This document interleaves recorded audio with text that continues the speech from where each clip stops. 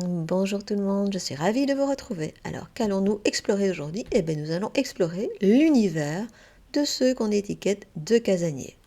Voyons ça ensemble.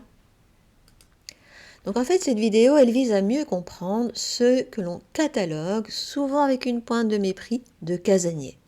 Ceux qui ont le choix, qui ayant le choix entre une sortie, partir en vacances à l'étranger ou une soirée cocooning chez eux, donneront leur préférence à cette dernière option.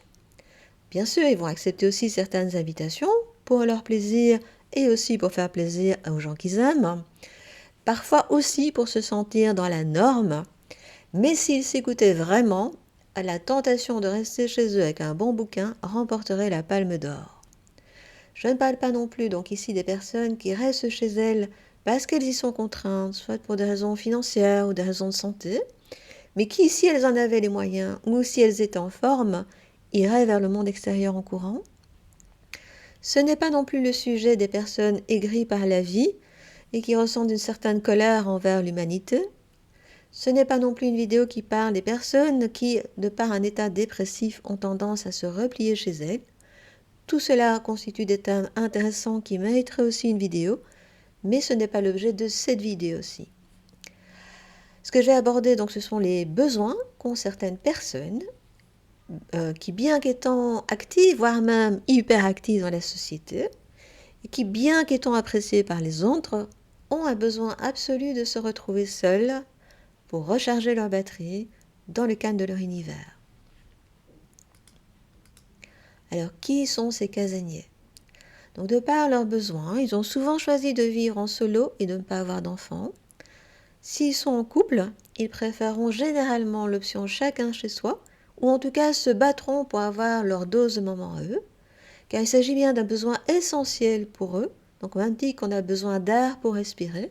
Donc ce n'est pas un caprice, ce n'est pas non plus de l'égoïsme. On verra plus loin dans la vidéo toutes les étiquettes qu'on peut leur mettre, mais ce n'est pas de l'égoïsme. Donc si certaines personnes, quand elles ont un coup de mou, vont recharger la compagnie pour se rebooster et se redynamiser, d'autres vont retrouver le ressourcement dans des moments de solitude. Donc les casaniers aiment l'être humain, ils tiennent à leurs amis, mais la compagnie, si elle est source de plaisir, leur demande de l'énergie. L'énergie d'écouter, de parler, d'être soumis à différents stimuli. Autant d'éléments perçus comme épuisants, même si agréables. Donc si on se concentre vraiment sur cette notion de régénération, de ressourcement, on peut donc dire qu'il y a des individus qui le font au travers du lien et d'autres qui ne peuvent le faire qu'en étant seuls dans leur bulle.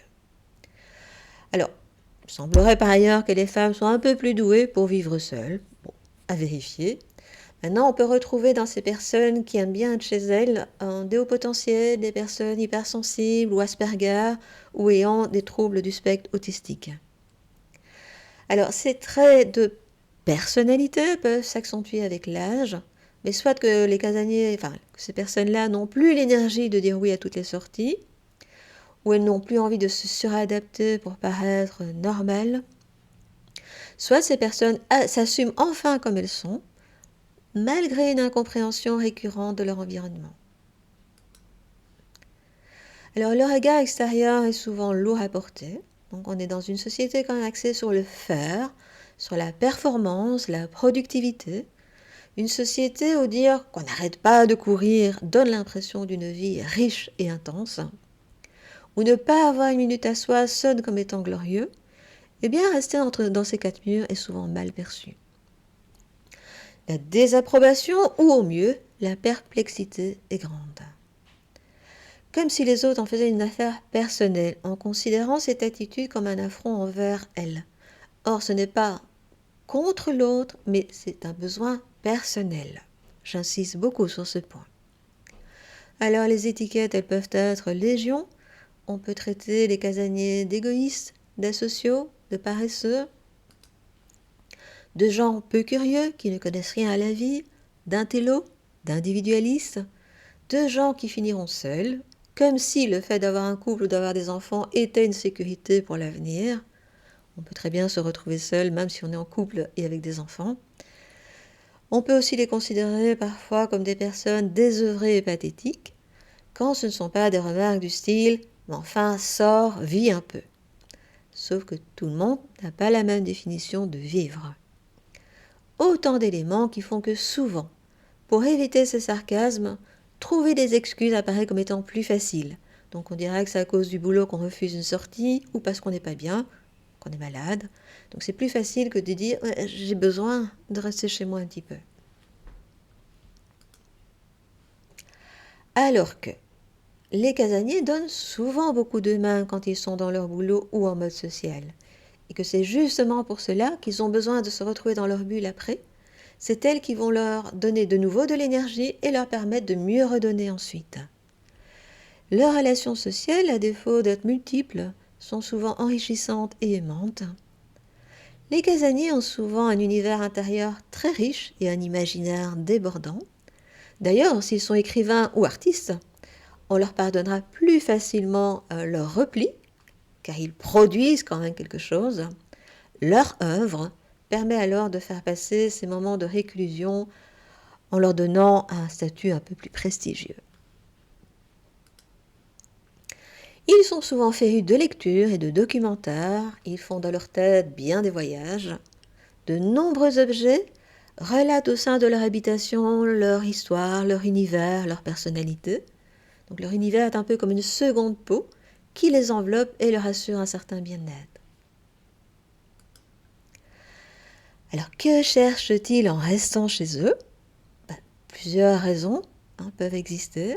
Ça peut permettre une coupure avec le flux incessant de la vie, une rupture avec la violence qu'ils voient dans le monde réel, une occasion de créer, de peindre, d'écrire, une opportunité de dévorer des livres ou d'acquérir certaines connaissances, différentes que celles qu'on peut acquérir lors de voyages, un moyen de se recentrer, de se réaligner, une possibilité de faire le tri dans ses ressentis souvent engloutis dans le stress du quotidien, une occasion de se rappeler ce qui pour eux est l'essentiel, un développement de leur univers intérieur, de leur spiritualité.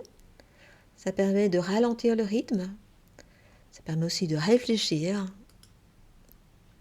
de se mettre sur pause après des horaires impitoyables, de se chouchouter, prendre soin de soi, méditer, se préparer de bons repas, de vivre des parenthèses en dehors d'un monde saturé, de défendre des plages de temps où on est là pour personne, de paresser, je rappelle quand même que nous sommes des êtres humains et pas des fers humains, d'avoir l'opportunité de savourer un peu de calme et de silence, de se confectionner des rituels de jour de congé, des rituels salvateurs pour recharger les batteries, de s'extraire de la multitude et de regards extérieurs, de se relier à soi-même, perdre un peu la notion du temps, se laisser bercer par une belle musique, visionner des films, s'en remettre à son identité profonde et se reconnecter à ses ressources. Autant de facteurs qui fait que leur intérieur est quand même un endroit magique où il fait bon se recueillir, un endroit où, il faut bien le dire, le livre est souvent roi.